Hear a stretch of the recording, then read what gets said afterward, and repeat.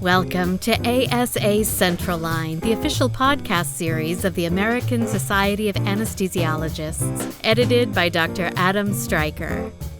Welcome back to Central Line. I'm Dr. Adam Stryker, your editor and host. Today I'm bringing you a unique episode culled from TopMedTalk conversations that took place at ASA's annual meeting in San Francisco this past October. Leaders from our specialty were interviewed throughout the weekend, and we wanted to share some highlights from those interviews with you today. We'll start with ASA's outgoing president, Dr. Michael Champeau, who offered his thoughts on some recent successes. We had a terrifically successful year this year. Our state affairs team, working with our component societies around the country, we were able to defeat attempts to inappropriately expand the scope of practice for advanced practice nurses in 18 states and really didn't suffer any what we would call setbacks. We also defeated this APRN compact legislation, which is sort of an attempt to expand scopes in multiple states simultaneously. That was defeated in all 7 states where it came up. So at the state level, we had a very successful year. Our incoming president, Dr. Ronald Harter, talked about how ASA plans to tackle future challenges, including workforce shortage issues. The bad news is there's not a quick, easy fix that will suddenly be right-sized with our staffing.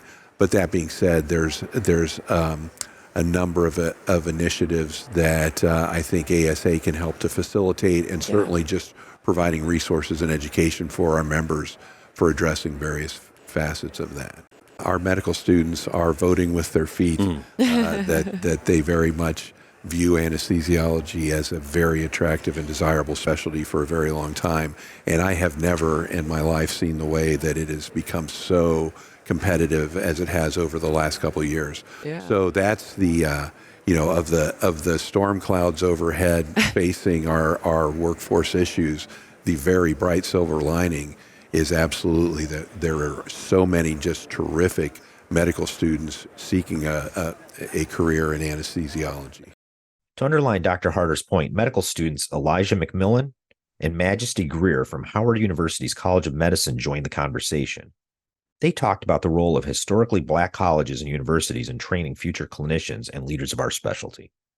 When we talk about HBCUs or historically Black colleges, it doesn't exclusively mean that the whole student population is just Black students. Yeah. There's definitely a huge diversity there as well, but it's definitely it's an amazing creation that was made to create equal opportunities for individuals to gain access into the educational field as well to help further themselves. Going into medicine, not having anybody in my family who's even gotten a bachelor's degree, I definitely wanted to go someplace that I felt like I would be included in people that looked like me or came from similar backgrounds as me. And so when I had done an interview over at Howard, I really felt like the faculty and the staff had come from similar backgrounds or like I said, just similar experiences as me, and then talking to the medical students. And I do feel like with me going there, I really have made some lifelong friends because of that. And I really do feel like I found my community, and that was very important because I needed that support. I was pleased to hear Ms. Greer talk about how shadowing an anesthesiologist influenced her choices. And I actually got interested in anesthesia because I worked as a tech in pre-op and PACU. Oh, okay. And an anesthesiologist heard I was a pre-med student, asked me if I wanted to shadow them. And I hadn't really heard of anesthesia, and I didn't really know what I was going to get myself into, but I needed shadowing hours to apply to medical school, right? So I wasn't going to say no.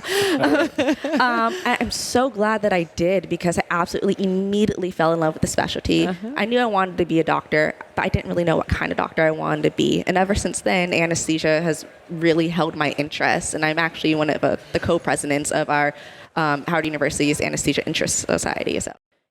They both spoke about the value of mentorship and mentoring those coming up behind them. I'm also the VP of our anesthesia interest group, but also the VP of our SNMA chapter for SMA. SNMA is the Student National Medical Association for minority students. So we actually just had our regional leadership institute, and that was last week, and that was to have exposure to pre-medical students and those that are aspiring to come into medicine and provide them mentorship and provide them just tangible examples of, this is somebody that looks like you that's also in this role. And so, just definitely plenty of opportunities. And then 2 weeks ago also, there's another program called Black Men in White Coats. They had another mentor-mentee matching program, and now just another opportunity just to try and just speak with somebody that just wants to get into medical school and just let them know about your experience and trying to give them advice so that they could get into that position. Because I think it's just very important just seeing somebody that looks like you, because it just helps it to become a little bit more tangible. I'm also very passionate about giving back, because the only way I was ever going to learn how to do medicine was from people teaching me. So I haven't done any specific programs per se. I'm actually applying for, there's a medical ascension program in DC that works with, you do workshops with high school students who are interested in medicine. And so I'm applying for that, and I really hope I get that because that's just everything I wanted to do. But I do more, I guess, it's kind of like a hearsay. So I have people who know somebody who's interested in medicine, and so they'll give them my contact information, and I will talk to them, tell them my story, try to give them any help I can or any advice that I have. I also did Upward Bound when I was in high school. I don't know if you've heard of that program. Yeah, so I actually am still in contact with them, and I also offer my services. I'm like, I can speak if anybody wants to know about medicine, and I've been able, to do that through Zoom.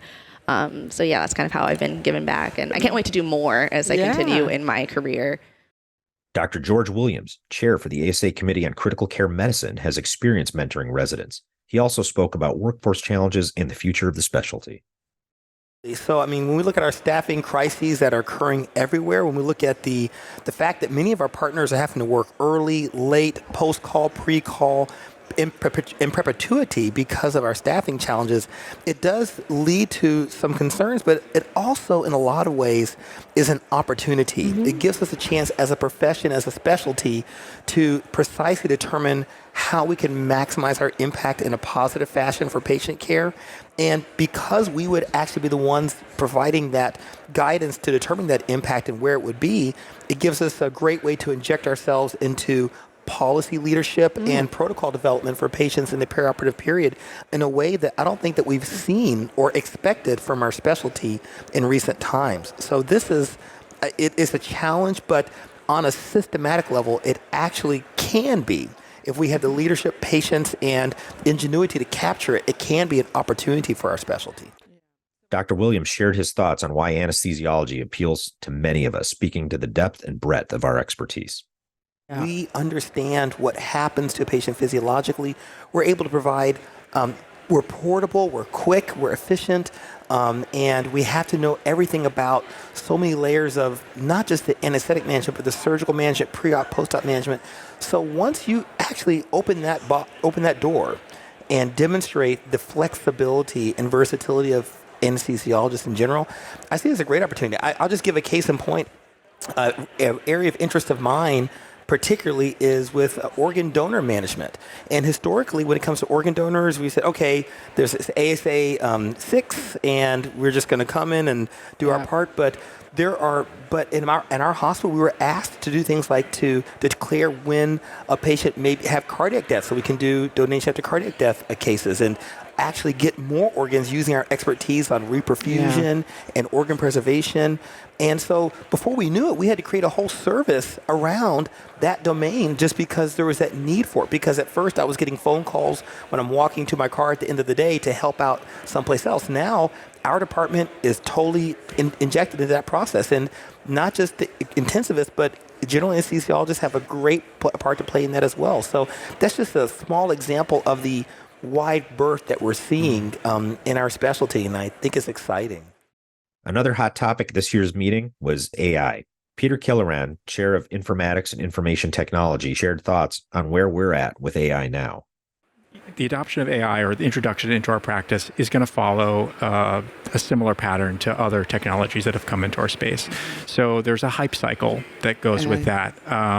It starts with a new innovation, and there's a lot of excitement about that. It grows very quickly to a peak where everyone has probably some unrealistic expectations about what it's going to do and what its impacts are going to be. Once we start to understand what some of those limitations are, the excitement declines. The trough of despair is what that's called. It is the grief cycle, right? And then you sort of work through that and really figure out how it fits best into the practice, and you achieve a plateau of kind of success afterwards. And that's where we want to get to. It remains to be seen how quickly the pipeline can bring actually useful products into practice and how comfortable we're going to be using them, given that there's not a lot of evidence for their benefit. It takes time to prove that something's going to work, and I don't know how quickly we're going to adopt things without that proof. Ronald Pearl, also a member of the committee, flagged several ethical concerns with AI. There are the real ethical concerns. A major one is privacy, that the data sets which AI is being trained on, we already know that the amount of detail in those data sets can result in being able to identify individual patients. AI in its application may also have privacy issues. And then finally, we worry about bias, that the data sets may have bias built into them. Our care as it exists right now has disparities in healthcare. Those will, in some ways, be part of what AI learns. Dr. Killoran suggested that transparency is key.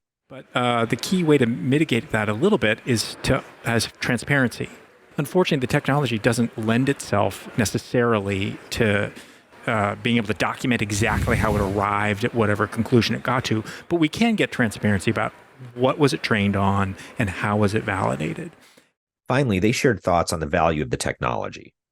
There are great things about AI when we talk about clinical practice. It's vigilant the entire time. It may see things we don't see. Pick up on nuances that we may never know. But important will be for the anesthesiologist to basically recognize it as a piece of information, and we have great experience of getting conflicting pieces of information already and trying to make a decision on that basis, and that's what we'll have to do with AI. There are more general tools, AI tools that are being developed for physicians, not just anesthesiologists, that we don't want to forget about in this. One of them is the ability of tools like ChatGPT or generative AI to summarize information. So if we can figure out how to summarize a patient's chart to bring forward key pieces of information that are relevant to an anesthesiologist, that could be really powerful in changing the way we take care of that individual patient. And the details of that are hidden in that chart, buried. If we're often in very time-constrained environments where we don't really have time to read through 100 pages of a patient's chart. We do our best to get what we can. Could a summative tool do that as well or better and bring information forward? I think that's a huge potential for us. And then also offloading other kinds of administrative tasks is a real area of opportunity. Dr. Mani Vindhya, founder of iProcedures, talked about digitizing records and how AI might augment those efforts. So if you look at the US space itself, almost everybody has incorporated an electronic medical record in anesthesia already. I believe it's just a start. But if you look at the number of cases that are done outside the operating room, non-operating room anesthesia, we are growing there as a specialty. That's about 40%, 30 to 40%. Absolutely. So this old notion that we'll design an anesthesia information management system for the operating room is old and obsolete. It has to be mobile, it has to be agile, and it should be incorporated anywhere in the hospital. So that's where the mobility comes in, and that's how we started off in this space here. So if having a digital anesthetic record base will really help incorporate AI on top of it. So I think AI is going to help augment what we're doing, both on the user interface side and also on the data side in the back end. Advocacy was also an important topic during the meeting. Dr. Michael Beck from ASA's Task Force on State Advocacy spoke to the role that state advocacy can play.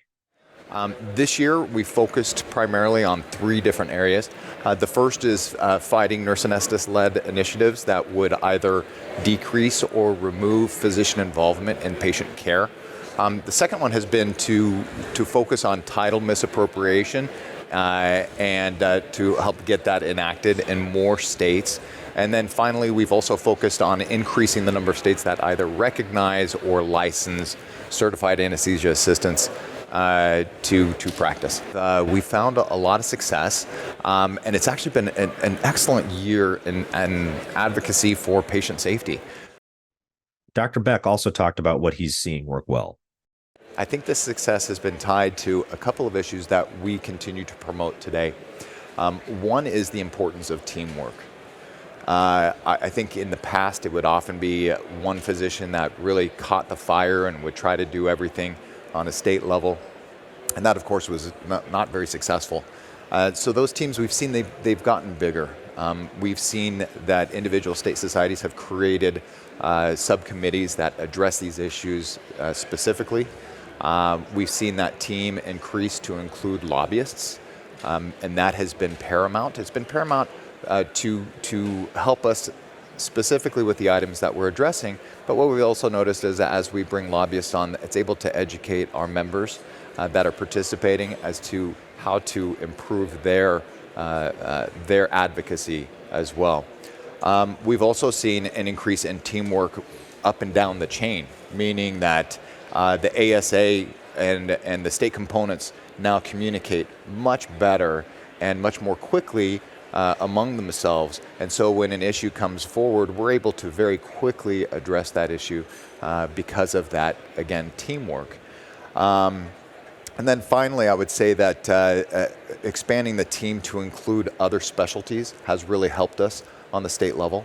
So making sure that we participate actively with our state medical associations and work synergistically with them. What we've noticed is, of course, sometimes that requires us to work on issues that we wouldn't normally address, but having them help us with our issues has been something that has been very, very helpful. So those, as we've expanded that teamwork has become key. I think the other thing is that has really improved is the importance of relationships. Relationships among those team members that I talked about, but also fostering individual relationships with lawmakers. And so we have really worked hard to make sure that those relationships are fostered, that we identify key lawmakers in committees and key lawmakers in leadership positions that can make a big difference. It wasn't all good news.